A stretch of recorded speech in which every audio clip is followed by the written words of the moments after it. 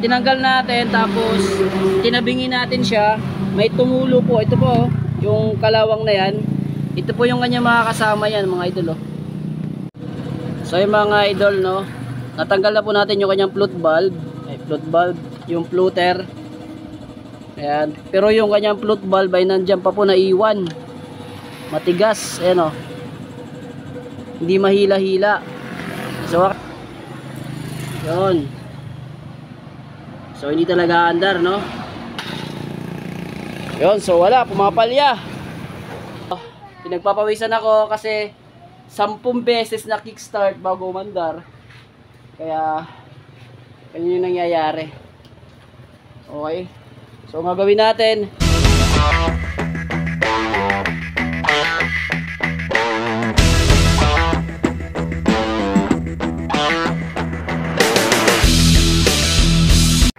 yun, good morning. Ayan, Mio Salty kasi sporty na Mio Soul. Yun. Yun Right. So 3 buwan mahigit natambay daw at binabalak ng gamitin. Ayaw nang umandar.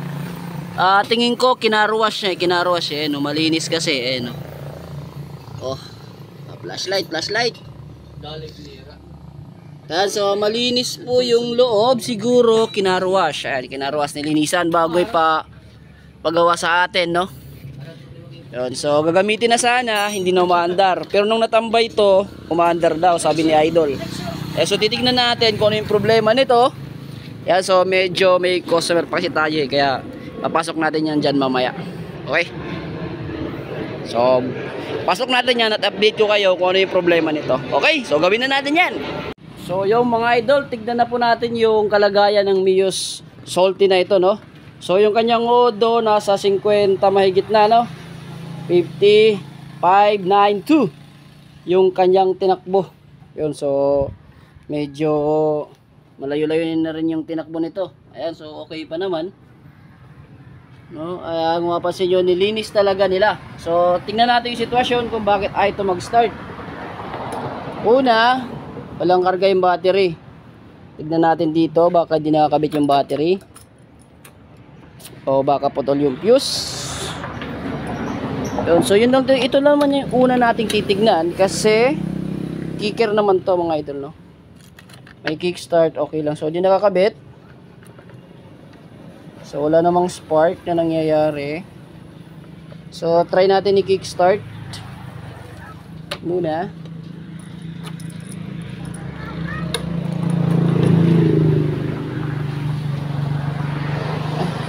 Yan. Kickstart natin kung mag-response dito sa dashboard kung may lalabas na kuryente. Kasi andar naman to kahit walang battery.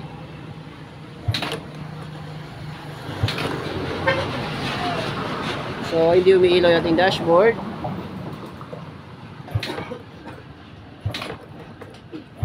So wala tayong ilaw na nakikita. Signal natin, baka mag-blink yung signal pag kini-kickstart. So wala, Okay. Kaya kargahan muna natin yung kanyang battery. Salpakan natin ang charger. Okay. Tapos habang kinakargahan natin to, babaklasin na rin natin. Titignan natin kung may lumalabas na kuryente rin sa kanyang spark plug. So charge muna natin at baklasin ko muna to. Yan, so habang naka-charge po yung kanyang battery, ito po yung charger. Tingnan muna natin kung may kuryenteng lumalabas dito. So hindi ko pa kinabit yung ground kasi yung battery lang muna yung kakargahan natin. Waray boss.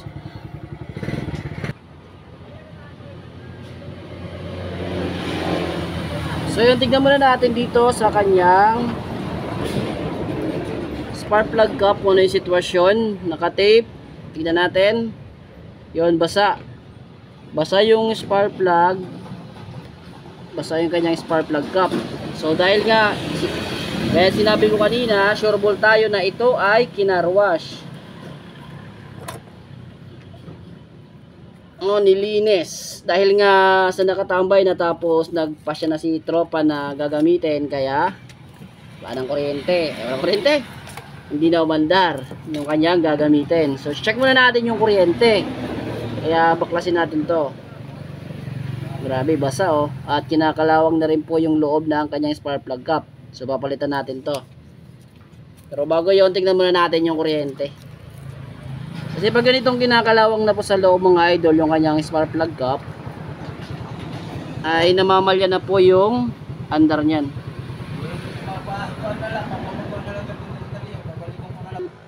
Tudot.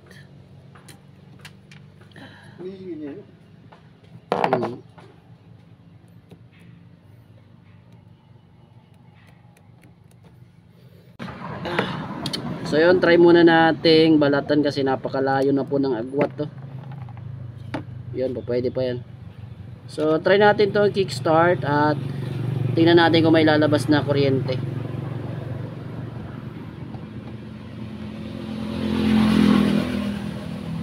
Kickstart natin. Open natin yung susi.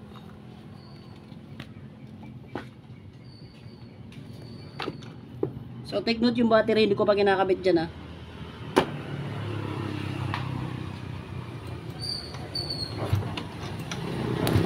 Yun, meron.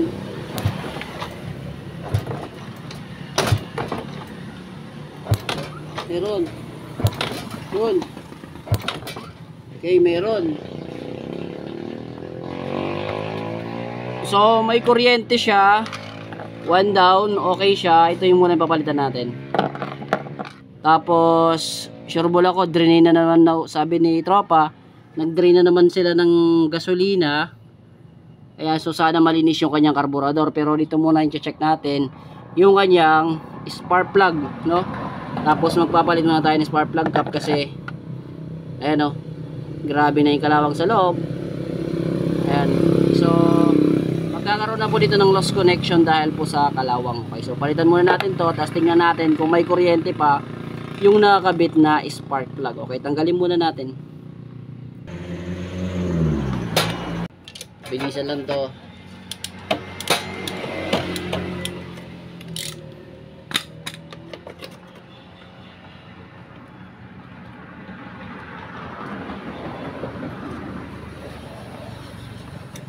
Yan, so hindi ko ikakat para makita nyo na ito yung spark plug yung tatanggalin natin.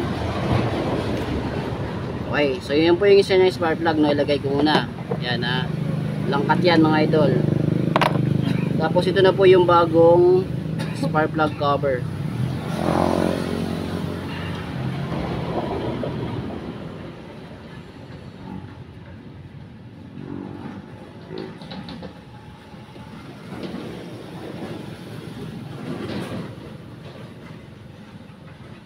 Yun. Oh, tigas na. So salpak natin yung kanyang spark plug na nandito sa loob. Yun. Okay. Salpak natin. So lapit tayo dito. Lapit. Yan. Then try natin kung mag-spark.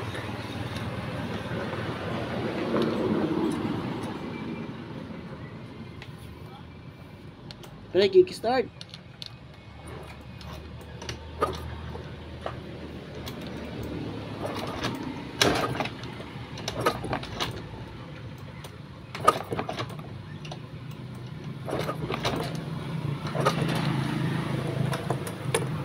So walang spark.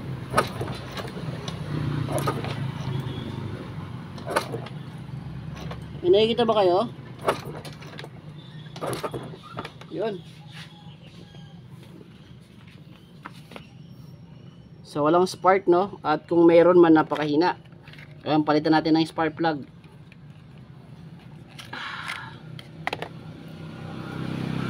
So bago po yung spark plug na ikakabit natin.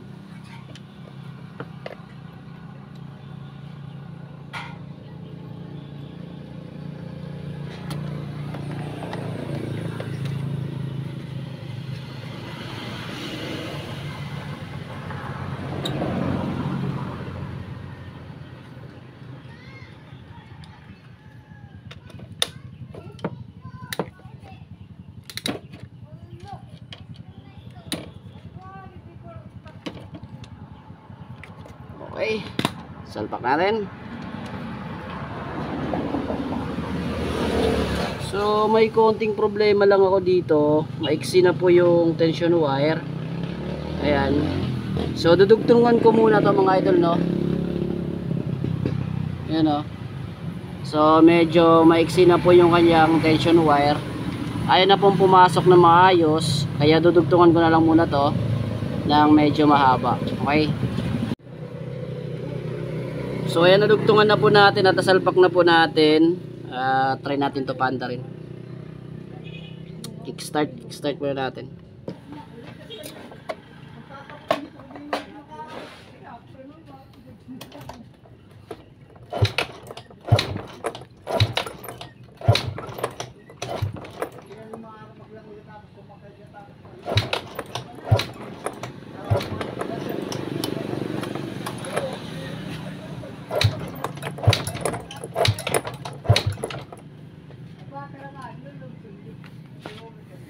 So yun, so ayaw mag-start.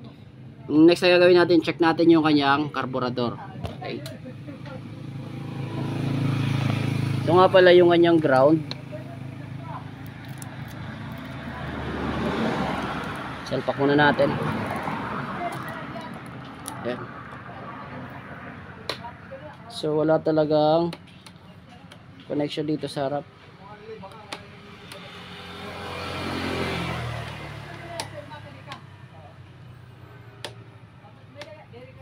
Naka-on na po yung susi. So gamit tayo test light.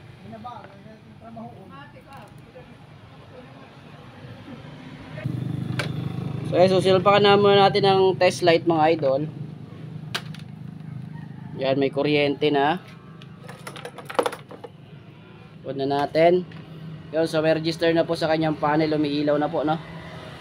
So try natin kung gumagana yung mga function ng kanyang wiring. Yung start. Yan, no? Ayan nyo ba? So umiikot po siya, no? Kailangan lang ng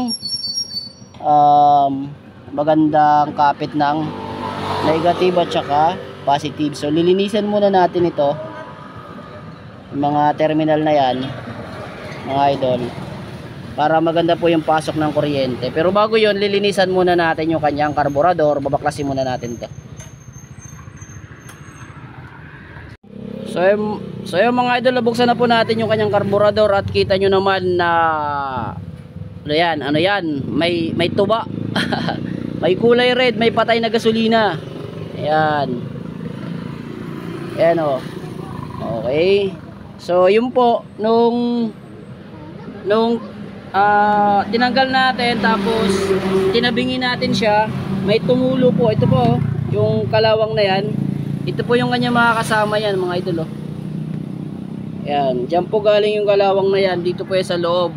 Imbis na gasolina, so actually may gasolina siya, pero may nakahalong ganito.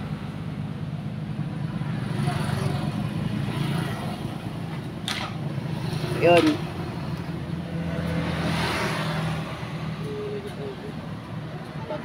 So lilinisan natin yan kasi ano, daming kalawang. Nakita nyo ba? Okay, so lilinisin natin yan. Okay. Pagkatapos natin linisin, ibabalik natin yung kanyang carburetor. Okay, tapos i-check na rin natin yung gasolina kung okay yung daloy, kung goods ba ito o hindi. Pero bago yon, linisin muna natin to, bugahan natin ng hangin at linisin yung mga dapat linisin sa loob ng carburetor na ito. Tara. So yung mga idol, no, natanggal na po natin yung kanyang float valve. Ay, float valve, yung floater. Ayan. Pero yung kanyang float valve ay nandyan pa po na iwan. Matigas, ayan, o.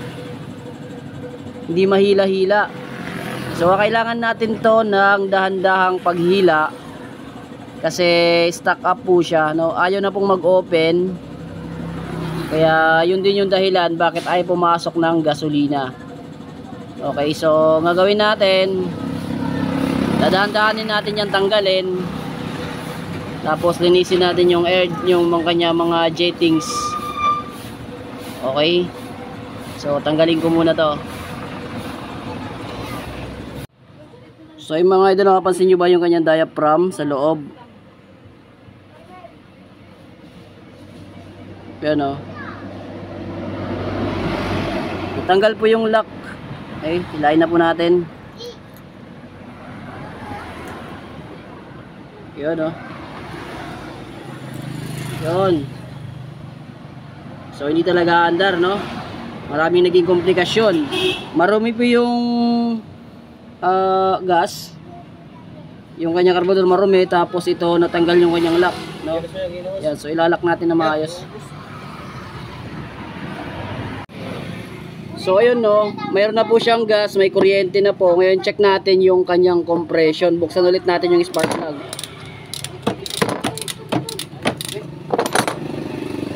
Mamaya mahina yung compression dahil nga ito natambay. At napansin naman natin yung kanyang karburador ay napasukan po ng kalawang. So ibig sabihin napasukan ng tubig kaya kinalawang.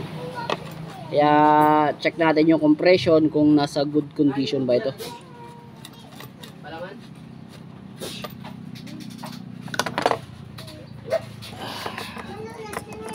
So i-kickstart lang natin. Tap pa niya kinatap.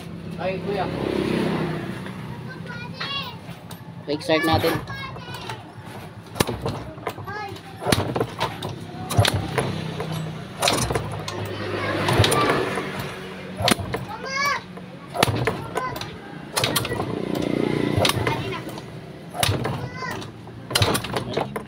So okay naman siya, may compression siya pero hindi siya totally good, hindi siya malakas. So ang gagawin natin dahil nakita nga natin na pinasok ng tubig, so malamang sa malamang pinasok din ito ng tubig.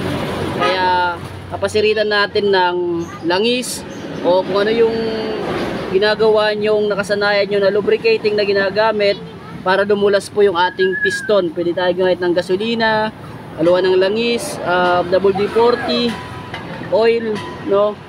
O kahit na anong pampalubricate yung nakasanayan yung gamitin.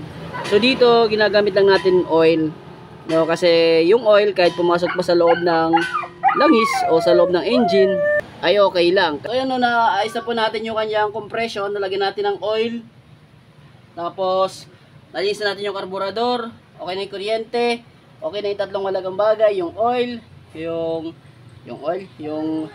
fuel, yung kuryente at saka yung compression, goods na siya. No, papanda rin na natin. Kumita root. Okay. Op. Oh. Shit.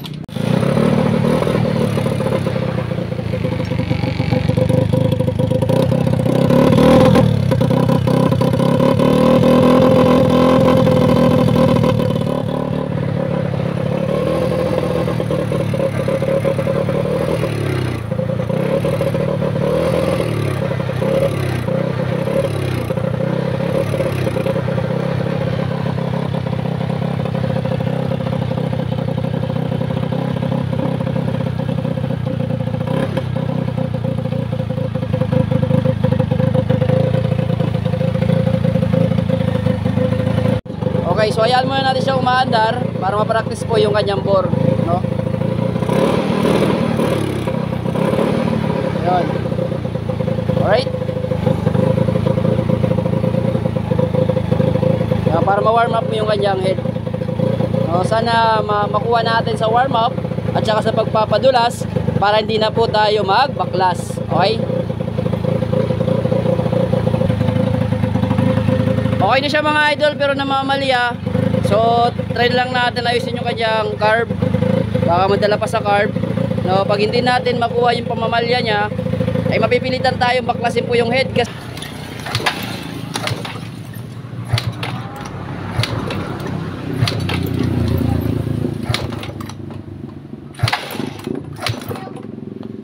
ano naman.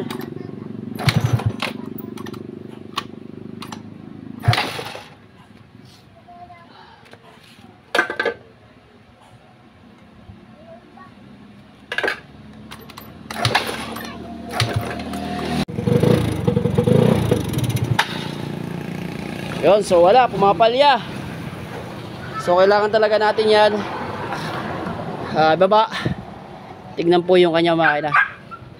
So pinagpapawisan ako kasi 10 beses na kickstart bago umandar. Kaya Ganyan yung nangyayari. Okay. So, ang gagawin natin, tagal talaga natin ito yung head para malinis natin, mawala natin yung lost comb. Para isang kick lang, andar agad. Okay? So, babahan na natin yan. So, yun mga idol, no, at pinadugo ng motor na ito yung ating ulo, no. Yun, no, palaban tayo dito at no choice talaga tayo kung hindi yan ibabahasain natin yung balbula kasi sigurado tayo marumi yan kasi napasukan nga ng tubig yung karburador. So, matik yan, napapasok din yung tubig papunta po sa manifold at papunta po sa loob ng ating head.